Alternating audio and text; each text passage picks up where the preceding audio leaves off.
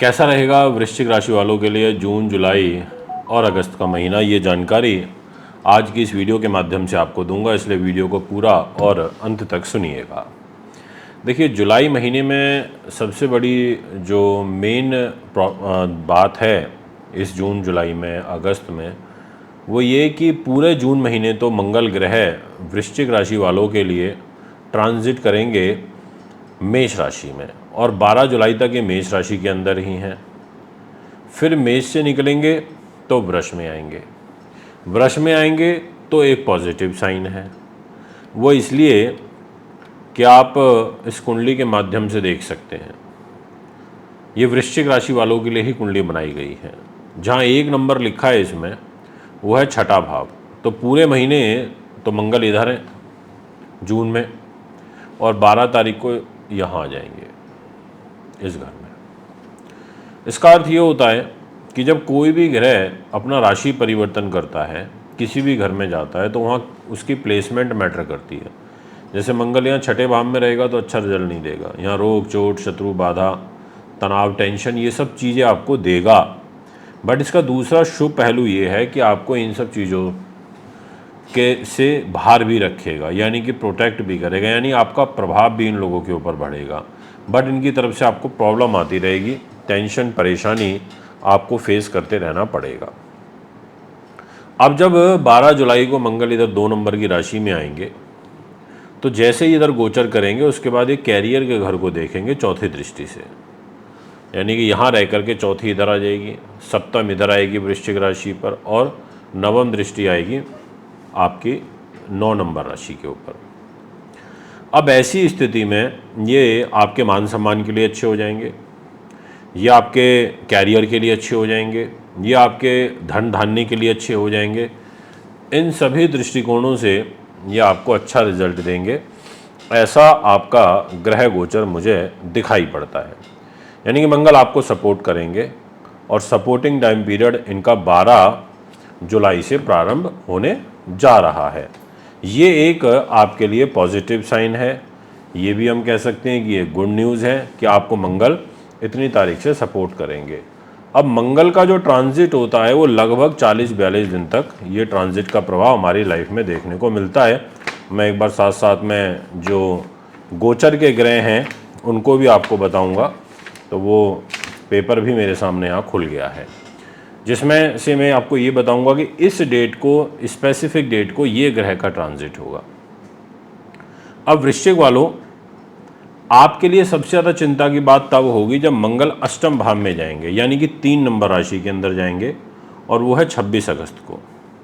यानी कि 26, 27, 28, 29 और 30 और 31, ये जो लगभग 6 दिन रहेंगे, इसमें आपको 5-6 दिनों में विशेष ध्यान रखना पड़ेगा, क्योंकि मंगल इधर यहाँ आ जाएंगे जहाँ 3 नंबर लिखा है, और इस घर में मंगल अच्छा रिजल्ट नहीं देते, अपने फल में कमी कर देते हैं, और एक प्रकार से मानसिक रूप से तनाव भी देते हैं, बाधा भी उत्पन्न करते हैं।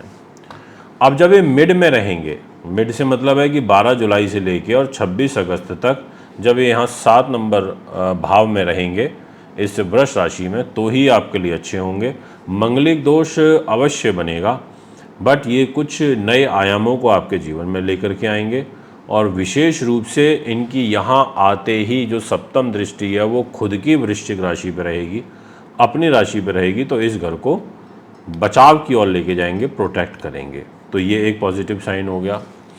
अब मैं आपसे बात करता हूँ विषय को आगे बढ़ाते हुए, और वो विषय ये रहेगा कि आखिर और कौन से ऐसे ग्रह हैं जो आपको सपोर्ट करेंगे कैरियर पॉइंट ऑफ व्यू से। तो मैं आपसे ये कहना चाहता हूँ कि इस जून महीने में तो आपके लिए देवगुरु बृहस्पति फाइनेंशियल सपोर्ट कर रहे हैं, जुलाई में भी कर रहे हैं और अगस्त में भी कर रहे हैं।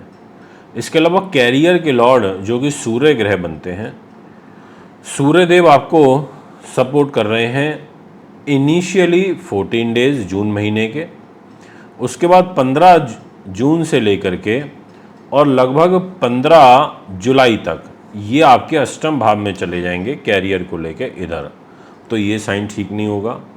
फिर लगभग 15 जुलाई से और 15 अगस्त तक आपके भाग्य के घर में सूर्य होंगे कैरियर लेके, तो फिर ये कैरियर को सपोर्ट करेंगे, पर खर्चे ज़्यादा होंगे और कैरियर के ऊपर ही व्यय आपका ज़्यादा होगा।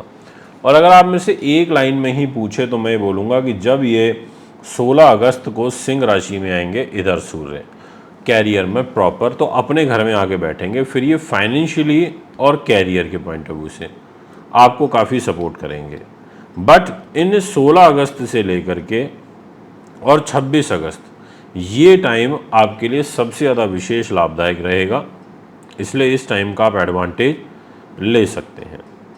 अब मैं आपसे बात करता हूँ हमारे इसी विषय को आगे बढ़ाते हुए कि क्या बुध आपके लिए गड़बड़ पोजीशन में रहेंगे या बुध आपको सपोर्ट कर सकते हैं।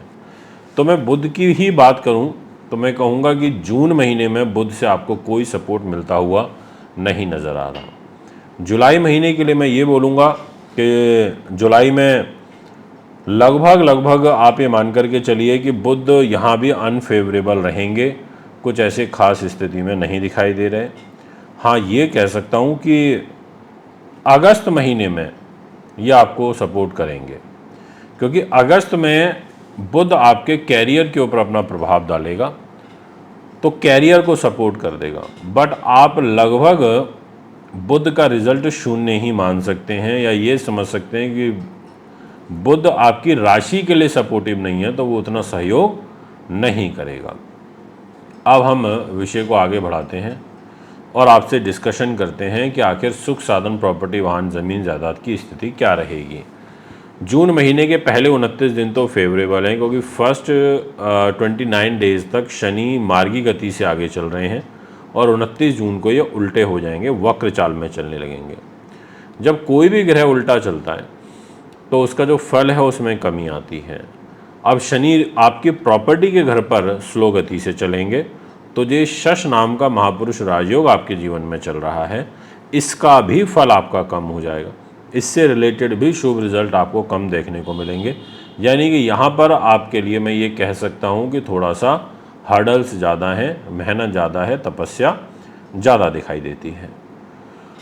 अब बात करते हैं आपसे कि राहु ग्रह की क्या भूमिका रहेगी। तो देखिए, राहु महाराज आपके 5th हाउस में बैठे हैं, पेट पर बैठे हैं। पेट से संबंधित बीमारी, स्वास्थ्य में कुछ ना कुछ तकलीफ बने रहना, ऐसी ग्रह स्थिति तो यहाँ पर बनी ही हुई है और ये राहु ग्रह के द्वारा बनी हुई है। तो इसलिए मैं यही कह सकता हूँ कि थोड़ा सा अलर्ट रहिए, सावधान होकर के आपको कार्य करना चाहिए। दोस्तों, दाम्पत्य जीवन की यदि बात करी जाए तो मैरिज लाइफ आपकी जून के महीने में अच्छी रहेगी, जुलाई में भी फर्स्ट 15 डेज अच्छी रहेगी। उसके बाद कलह कलेश और परेशानियां मुझे दिखाई पड़ती हैं, और विशेष रूप से मैं बोलूँगा कि 24 अगस्त से आपको अपनी मैरिज लाइफ में बहुत ध्यान रखना होगा, क्योंकि आपकी मैरिज लाइफ के लॉर्ड यानी कि इस 2 नंबर राशि के लॉर्ड शुक्र इधर नीच के हो जाएंगे कन्या राशि में, ये जो 6 नंबर लिखा है इधर, तो फिर ये इस भाव को कमज़ोर करेंगे और इसके पॉजिटिव रिजल्ट आपको कम मिलेंगे। तो अभी मैं आपसे ज़्यादा चाहता हूँ आगामी एपिसोड में उपस्थित होऊंगा। नमस्कार।